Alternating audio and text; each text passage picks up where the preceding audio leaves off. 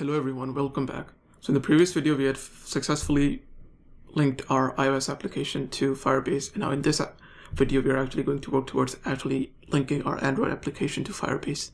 So without anything for you to do, let's get into it. So the first step that we're going to do is something that you can skip if you followed along in the previous iOS Firebase setup video. And what we're going to do is that we're going to go to our pubspec.yaml file, and underneath of our dependencies, we're going to add all of the dependencies that we require for our project. So Firebase Core is the dependencies with the core functionality of Firebase. Analytics provide this functionality for Firebase Analytics. Authentication, or Firebase Auth, actually has all of the authentication logic inside of it. Firebase Storage allows us the ability to actually store files on the Firebase storage servers. Cloud Firestore is the database we're going to be using that's hosted on Firebase. Provider is just a state management framework. Image picker, again, is a dependency that is going to allow us to access the media files on the device. Timeago is going to allow us to actually take in a timestamp, and then we can convert that timestamp into a string that actually tells us, oh, this timestamp was 4 hours ago, a day ago, a year ago, stuff like that. And Flutter Screen Kit is one of my favorite Flutter packages, and it actually gives us access to a bunch of really cool loading animations that we're going to be using throughout the development of our application. So with the dependencies all copied in, what you can do is you can either do command save, and this should automatically do Flutter packages get for you, or if it doesn't do that for you, what you can do is you can navigate to the source root directory of your Flutter project, and you can do Flutter packages get, and this should then get the packages for you. Okay, so now this is done. The first thing we're going to do is that we're going to go over to Firebase, and you're going to click on Add an App button. And if you do not see an Add an App button, there should be an Android button here, which you can click somewhere here. And then once you click on that button, you're going to see that it'll make a selection like this appear. We're going to click on Android, and then I'm going to type in the package, and the package that we're going to use is going to be com.example.chatify app. The nickname is again going to be Chatify. Then we're going to click on register app. Make sure you copy this or keep track of what your package name is. We're going to download the Google services.json file.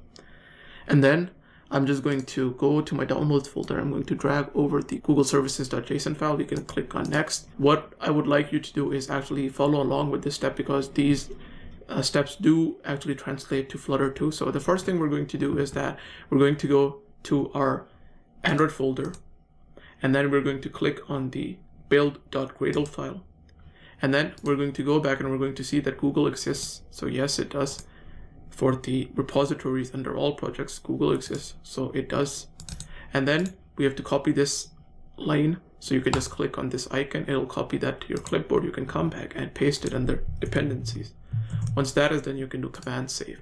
The next thing we have to do is we have to go to our app level build.gradle file. So that's going to be your app. So it's going to be Android app, and then the build.gradle file. And there you're going to see that we have to add these two plugins. So just go and see where these plugins are, and you're going to see that there's line 24 and 25. The lines may differ, but it says apply plugin com Android application and apply plugin Kotlin Android. So the only plugin that we have to apply is going to be the com.google.gms Google Services plugin. So you can copy that, come back, and we can just paste it under, do command save again. The next thing we're going to do is we're going to copy this line of code, add the Firebase SDK to the dependencies, and we're going to go and we're going to see where the dependencies are for our project, and you see they're here. So at the end of this, we're just going to paste this here. Now, once all of this is done, the next thing we're going to do is that we're going to increase the minimum SDK version, and we're going to change the minimum SDK version to 21. And the reason we have to change the minimum SDK version is for the fact that the Firebase plugins that we're going to be using actually require the minimum SDK version to be 21 and above. So for that reason, we're going to change the minimum SDK version. I would also recommend right now that you go back and copy the actual Android package name, come back to your build.gradle file and paste your application ID from what you actually registered in Firebase. So it's going to be com.example.chatify app. Make sure there's nothing else like this here. And I think we're also done with build.gradle, so we can close build.gradle. And now what we're going to do is that we are going to copy over our Google services.json file, and we're going to copy the Google services.json file into the app folder of our Android project. So Android app, inside of here, we're going to copy. So inside of app, not inside of source. Make sure you do not copy it inside of source. You're going to put it inside of app, and we should have the Google services.json file now in. So now you can just close your Google services.json file. Okay, so now that we have our Google services.json file also in, what we can do is close all of the files that we had opened. We can go back to our main.dart file. Make sure that you import the package Firebase Analytics.dart package, just so that we can actually make sure that our app actually pings Firebase. Then you can do command save, and then you can do debug, start debugging. And I'm going to select my Pixel 2. Okay, so while building the application, I encountered some issues to actually get the application loaded up onto the simulator. And what I found out was that you have to change the minimum SDK version from 21 to 22. So make sure that the minimum SDK version is 22. Once you do that and you do command save and just close down every file and you do command save and you rerun the app, you're going to see that the app files actually load up on the simulator and the app starts running. So now if you go back to Firebase, I'm just going to pull it up. You're going to, and we click next, next, and next.